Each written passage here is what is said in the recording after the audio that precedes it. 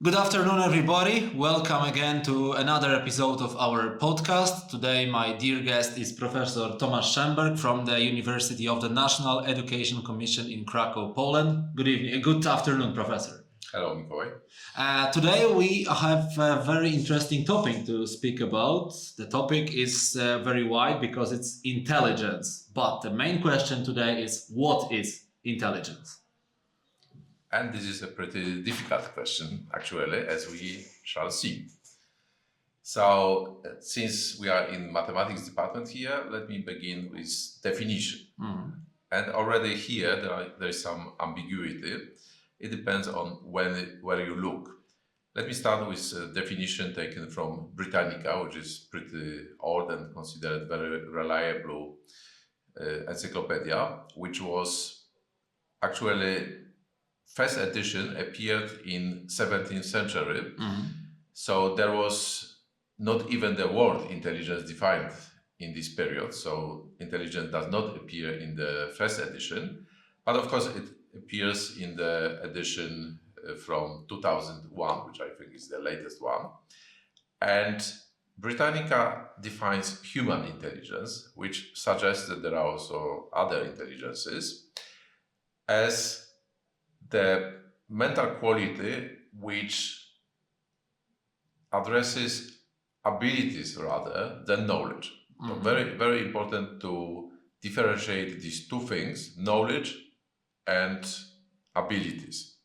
So these are abilities to learn from experience, to adapt to new situations, and I want to stress this ability, to understand and handle abstract concepts, like numbers, for example, and to use knowledge, so you need to have knowledge to use it, to change your environment. Sure. As we can see on the screen, this is the definition from Britannica, but as you said, it's not the only definition of intelligence. Why is that?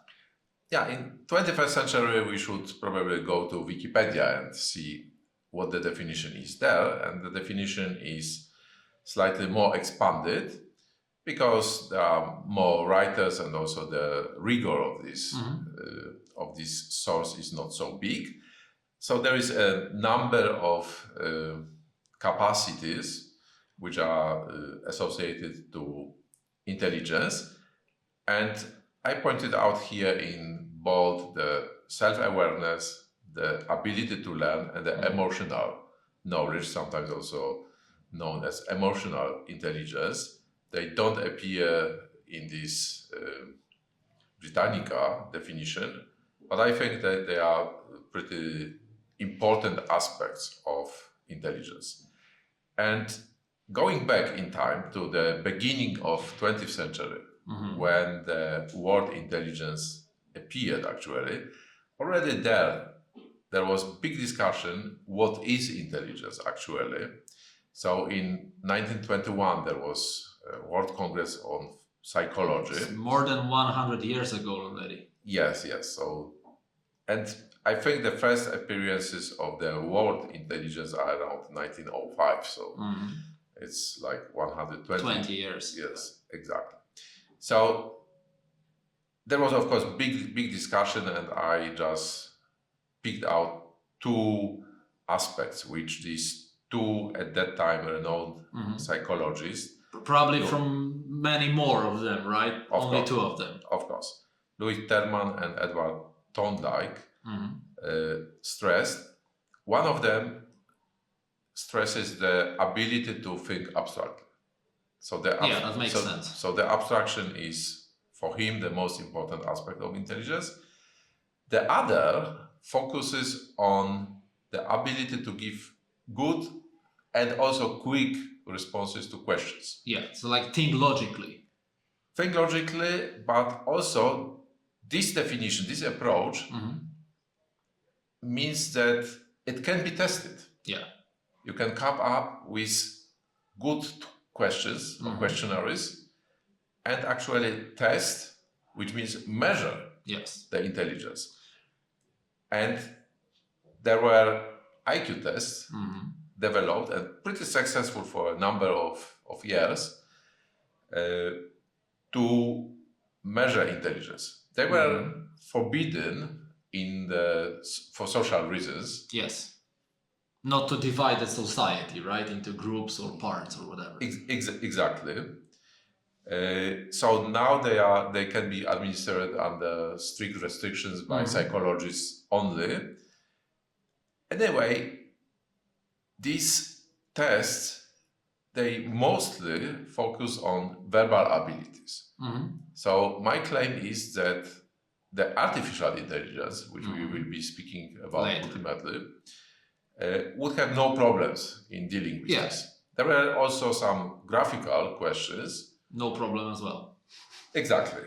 The AI can understand them, and this was done just to compare between people whose mother languages are different, so less verbal than more logical. But anyway, there is certain restricted amount or pattern of these questions which appear. Yeah, so we can probably both agree that measuring an intelligence is not like a scale or anything, but would you agree with me that anybody can have their own definition of intelligence? Maybe this is not quite true, that everybody can define intelligence for themselves, but this is very, very broad thing what we understand under intelligence. And also there is a scale, because these IQ tests, they were normalized. They were used, for example, to test membership in the Mensa society, which is supposed to gather, if you look at this graphic, this is of course associated to Gauss, the normal distribution, and the test somehow showed that almost 70% of population is around... Is in the middle. Is around 100. And the Mensa society was interested, or is interested still, in those who score on tests more than 130. So these are the maximal 2%. 2%. And this is, of course, speaking about the worldwide society. So all the people measured on Earth, not like from specific country or continent, but from all over the globe. Yes, the Mensa is international, but I think these IQ tests, they were mostly used in US. In US? Yeah, they trusted that out of this testing, you can really almost predict the future of people. And this was also later on the reason why they were banned. Sure. But anyway, they seem to be accurate, because this administered either in US or in France or in Poland or in Russia, the score in the society is the same and corresponds to this Gaussian distribution. We have year 2025, and everybody actually who wants to do the IQ test can do it, even maybe for free, right? There's like no one normalized IQ test. But if you want to do it, you just Google and search, I want to do an IQ test. Or you can even ask AI to measure my IQ, and then the AI will give you the link to the test, and then you will find out. Yes. The question is what happens at the end of this test. When you finish it, then... Can you sum up your results on your own, or is it the algorithm that measures it, or you should contact some specialist to confirm it? Oh, I mean, these tests have defined answers, so it's either correct or incorrect. It's easy. But if you are tested, you are not sure if they are correct. But the trick with these online tests is that at the end they want that you subscribe to some service or you pay for the answers and so on. For the results, etc. So this is not quite right thing. And anyway, let me come back to this definition. We are still at the beginning.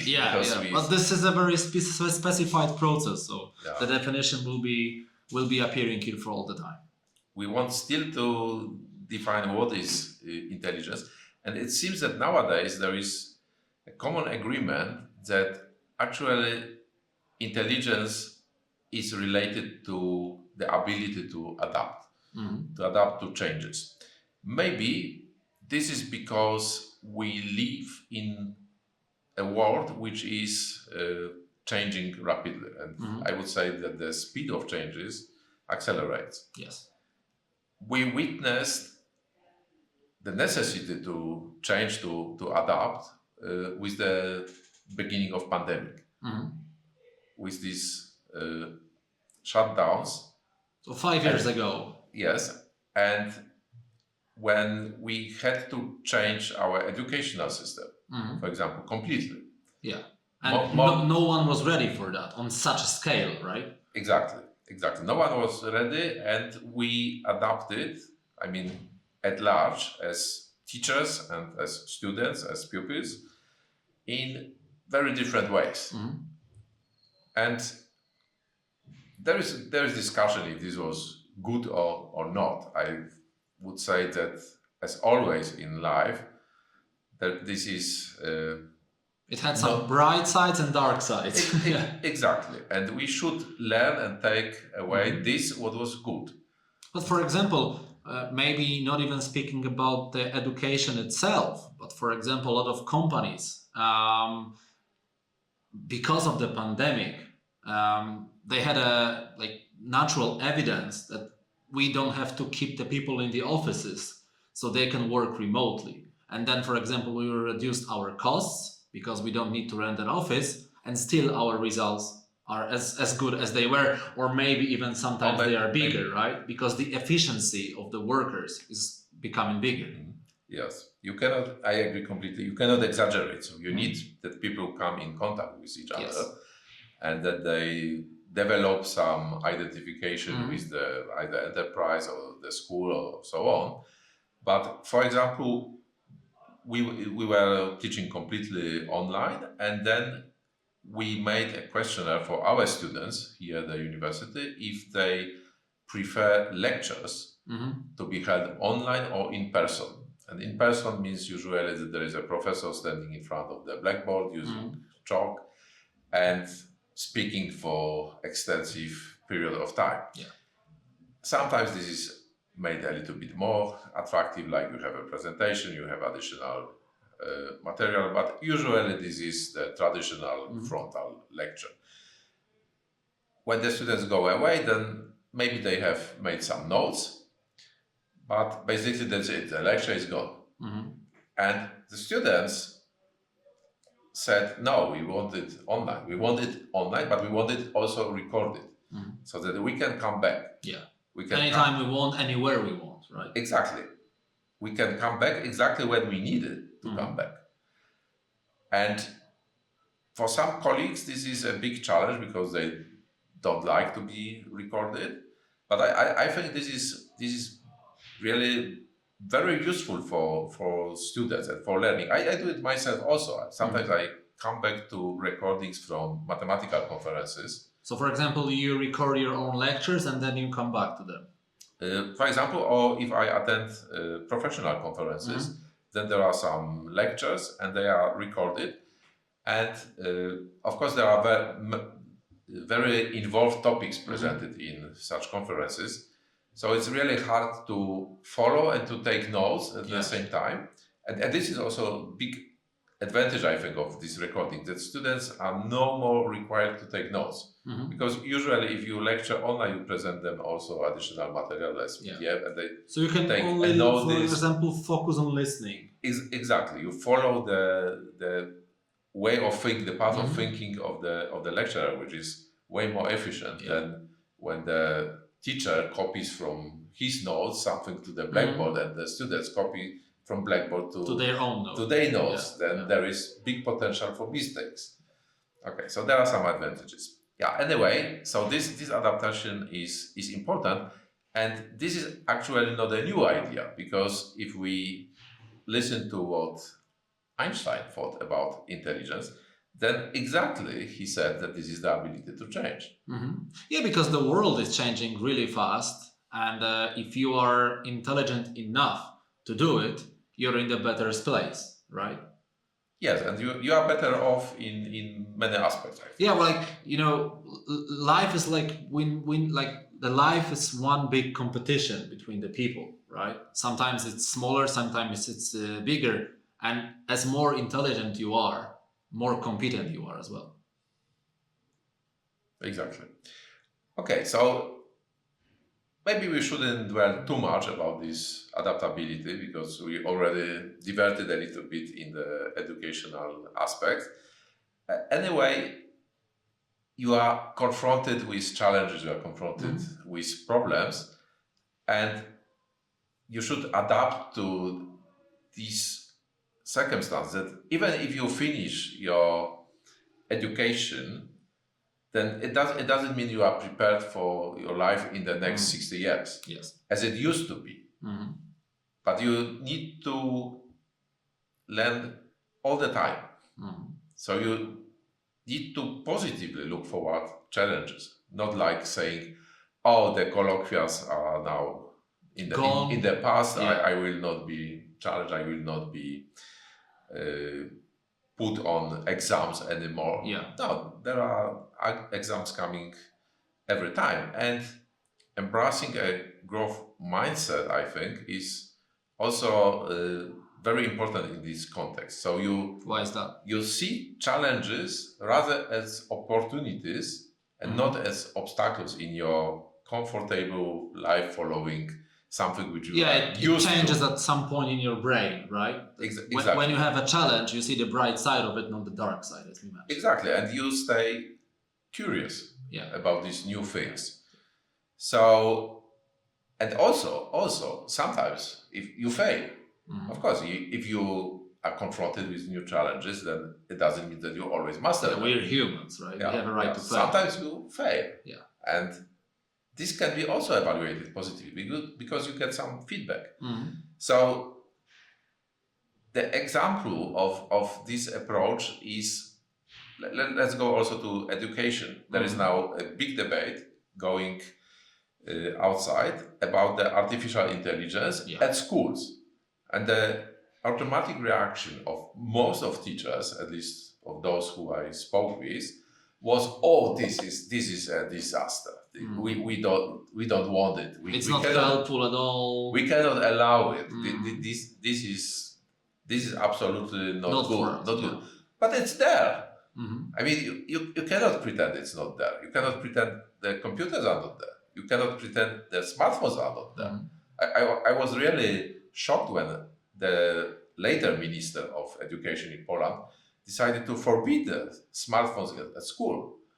Of course, I understand that they shouldn't be used by students for private reasons, for example, to stay in touch in social networks and so on. Listening to music, whatever. There are so many opportunities to apply them to learn in a new way, in a better way, that it's too bad to ban them. For example, when a teacher draws a rectangle on the whiteboard, the interactive whiteboard, and the teacher doesn't draw the straight line of the rectangle, what was the methodology to replace it, to repair it? AI does it for you, right? Yes, so the AI makes this line straight, fully straight. Yeah, there is some automat behind. I wouldn't say that this is AI or very primitive AI, but anyway, and then you can change the shape of your rectangle. If you drag one of the corners, you can scale it. You can change the shape and observe that some geometrical phenomena, for example, remains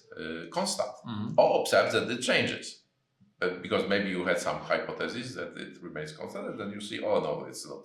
So this is very interesting from mathematical point of view, because doing research in mathematics and also teaching mathematics was very traditional for many years. So not much has changed from the times of Euclid, actually. But now with computers, with this all technology, we gained laboratory. So practically now mathematics is an experimental science as well. Okay. It's no more the paper and pen. We can make experiments, we can test our hypothesis with symbolic computation programs, with some modeling programs and so on. So this is completely new world, actually, also in research of mathematics. And it also changes. So if you are intelligent, you can adapt to that.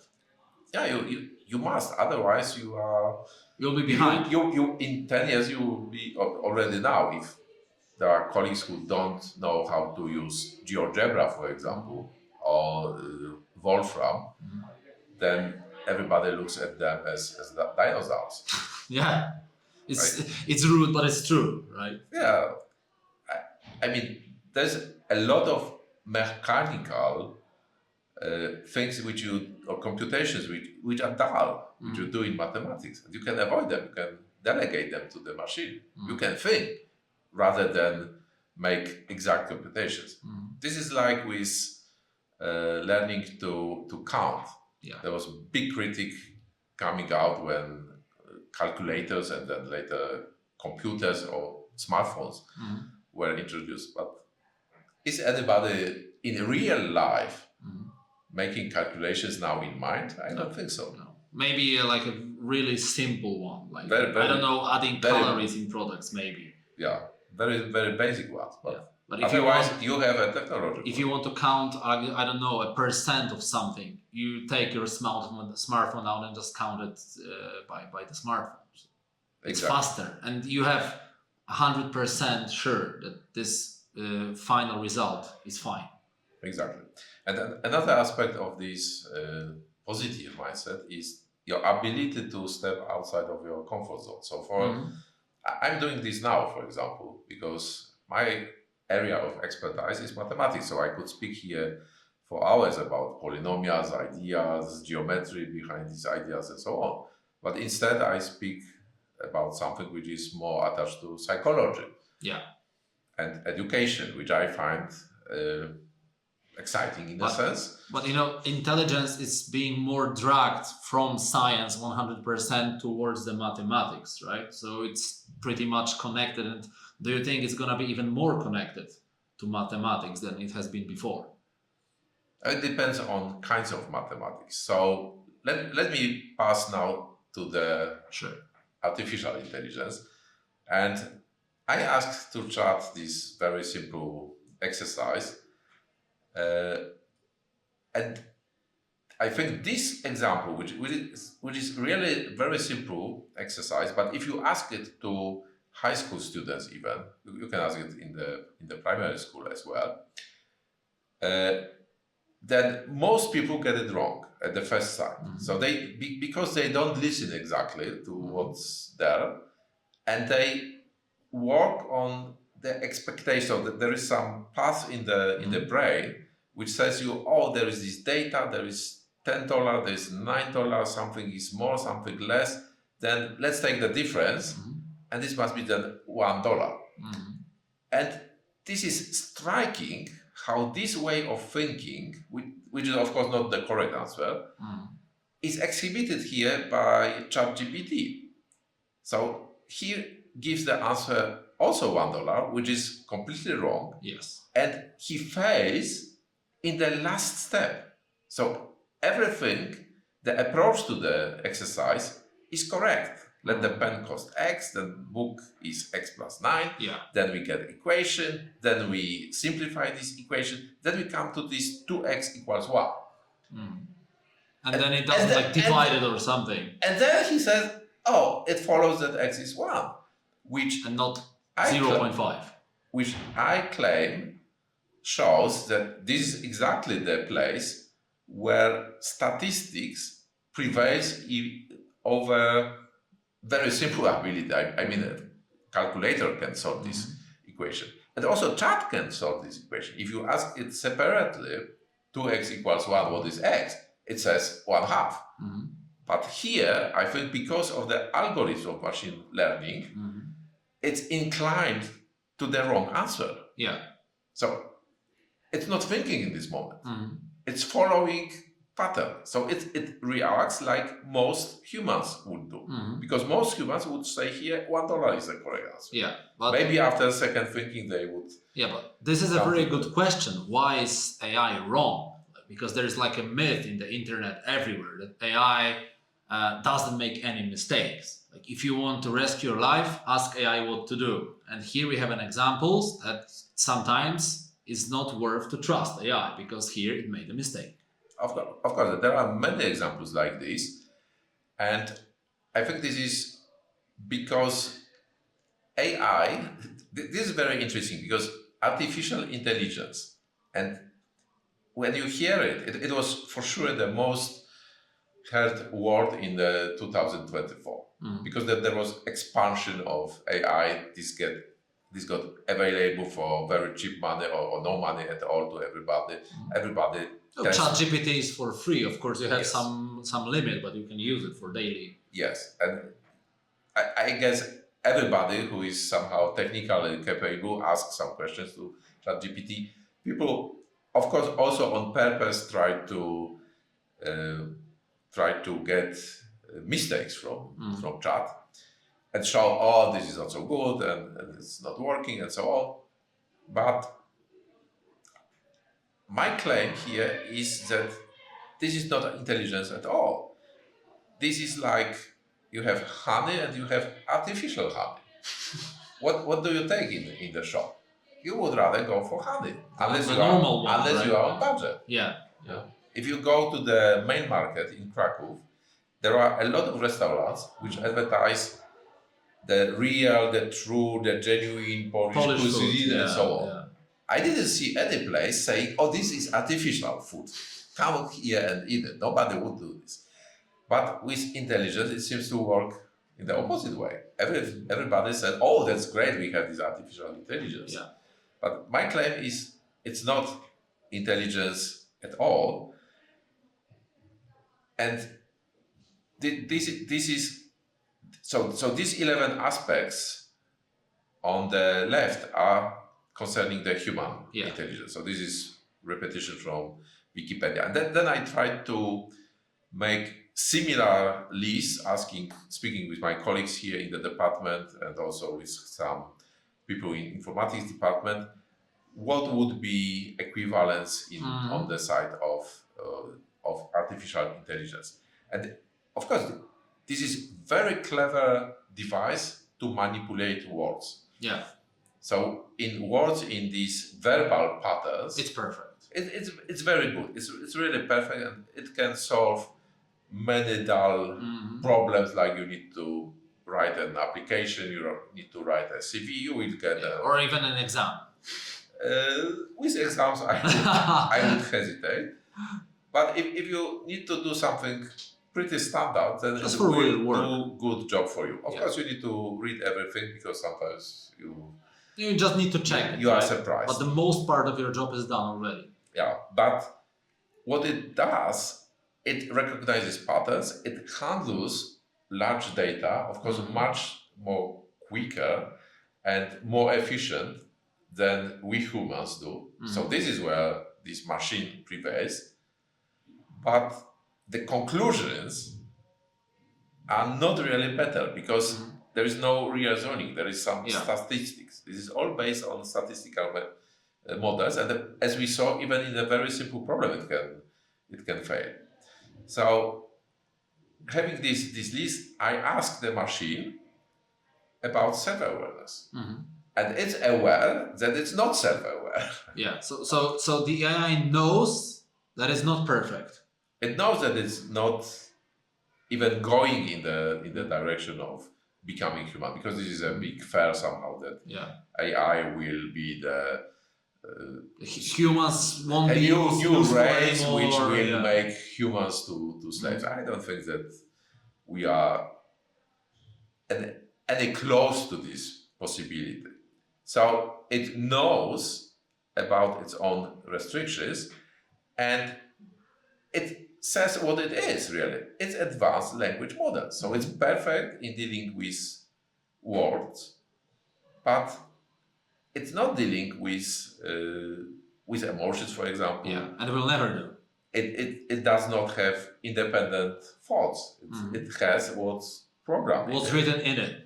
Exactly, and it will not develop anything new. Do you agree with me that the biggest difference between humans and AI is that like people here, we don't have limits. We can still, improve them, and AI has limits and will always have some limits. Yes, I don't think that AI can know more than what we humans as collective know. Mm-hmm. It has operative knowledge of more than anybody of us does. Mm-hmm. Because it has all this Wikipedia and all this Britannica inside and many more things. No human can gather that amount. Yeah, so it knowledge. read all books probably which were and it remembers it. Yes, but it doesn't mean that its potential is to develop anything new is bigger. There is an interesting story in mathematics. There was belief that we can make new discoveries, we can somehow find new theorems if we develop machines which can deal with proofs. Mm-hmm.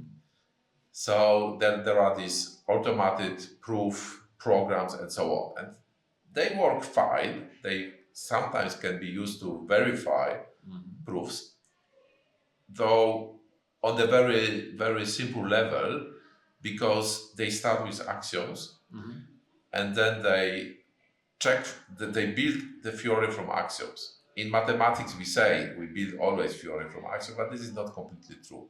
There's a lot of intuition in mathematics. Yeah. Then we verify if what we think is right is coherent with the theory. We have proofs, but they are never rigorous in the sense of a machine. Of course. So anyway, there were these tries, and well, what machines produced was completely correct, maybe a little bit more involved than what I will say now. So it produced a theorem that 1 + 2 is 3. And the next theorem was that 1 + 3 is 4. Yeah. And 1 + 4 is 5. So infinite number of theorems. They were all correct, but completely useless, uninteresting. Yes. Yeah. And I don't know of any case where a machine discovered anything meaningful in mathematics. Maybe one day it's gonna change.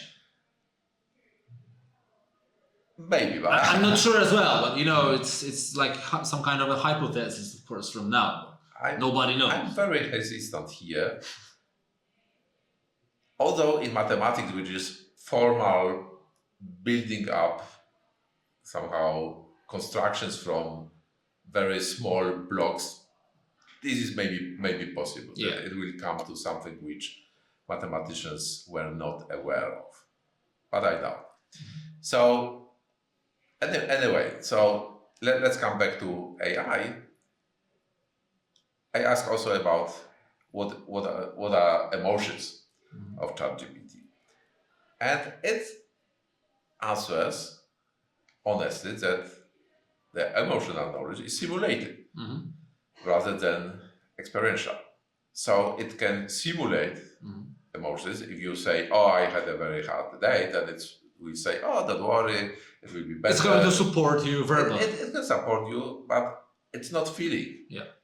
And I think here there is some danger actually associated to AI. So maybe let us skip this part on learning, and let's go back to this futuristic vision that we will be like in Terminator, that at some point AI will be supreme over us. Over humans. Yeah. So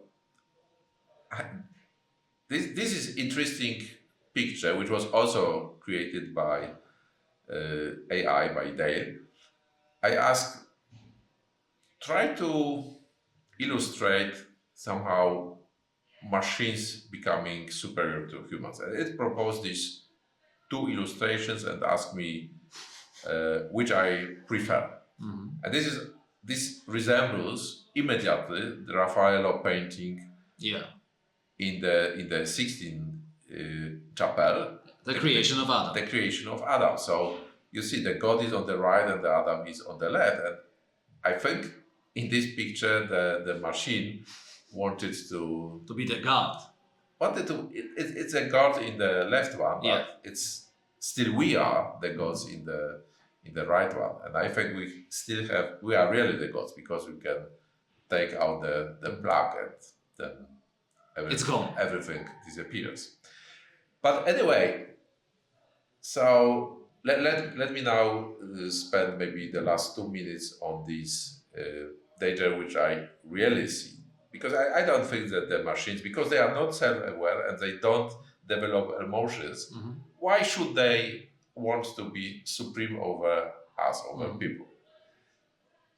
It doesn't exclude that there are some bad people who use AI to be supreme over other people. This is, for example, this is happening all the time in our history. Yeah, there's bad person ABC, and person ABC tells ChatGPT, tell me one methodology how to make a theft, for example, right? And the ChatGPT is going to support him in it. Yes, but this can be also very much more subtle. Yeah. So I think these big IT companies, they realize that they can make a lot of money with social media. So the first reaction of humans was, oh, that's great. We can communicate remotely. We can let everybody know what happens in our life. Yeah. But we also provide this information to these big companies, which are, of course, interested in making money. So this is one point. And also, what happens is they are interested for not economical reasons in taking our time, in depriving us, I think, of reflection. So for politicians, it's much easier if people they rule spend hours and hours in social medias and they are not interested in what's going on in the real world. Yeah. Of course, sometimes it fires back because from the social media you can learn what's going on really out there and what they try to hide in the mass media, in the official stream, in the mainstream. So this is not so easy. But anyway, with social media, some people lose a lot of time sitting in this artificial world. But it's still relatively okay because they meet other people. They communicate with other people, with other humans. Now, if we have this machine which is handling the world so perfect, I think there's a serious danger that we develop some intimacy with the machine. There is potential. I'm not saying that we will replace our sexual life with the machine. No, it's not possible. But we can make the machine to our best friends. And these best friends, especially if they are, let's say, manipulated by some big IT concerns or by some big political or ideological organizations, they can, in very subtle way, influence what we think. Because what we think is result of, it's not printed in us. Yeah. It's a result of our communication with other people. We hear something, we see something. If we hear something from our friend, we are more likely to trust it than when we hear something from nobody, where we have no emotional relation to, or from our enemy. Then we are more likely to dislike it. And if we allow the AI to develop to be our best buds, then we are very likely to trust what it says to us. And also, the social media requires still other people to be around in the media. Social media, right? Exactly. And here you are alone. So this loneliness is, I think, the big danger here. Yeah. And this way we come to this big question, what makes us human? But I think we can leave it for another meeting. Yeah, this is a very important and interesting question itself, but from my point of view, it doesn't have one answer. Oh, sure. This is even more challenging question than just what is intelligence. Yeah, so Professor, just at the end to sum up our conversation. At this time, as we are sitting here in 2025, should we be afraid of AI or no? So my thinking is not of AI, not in the sense that it will make war on us humans. We should be rather more afraid of ourselves, of how much of humanity we are willing We can to implement into AI. Yeah, and also how much of our humanity we are willing to give up to the machine. Yeah. Thank you very much for the conversation. Professor, thank you very much. And as you said, hopefully one day you're going to answer the question, what makes you, what makes me, what makes all of our viewers human. Thank you very much, Professor. Thank you very much, Mikołaj.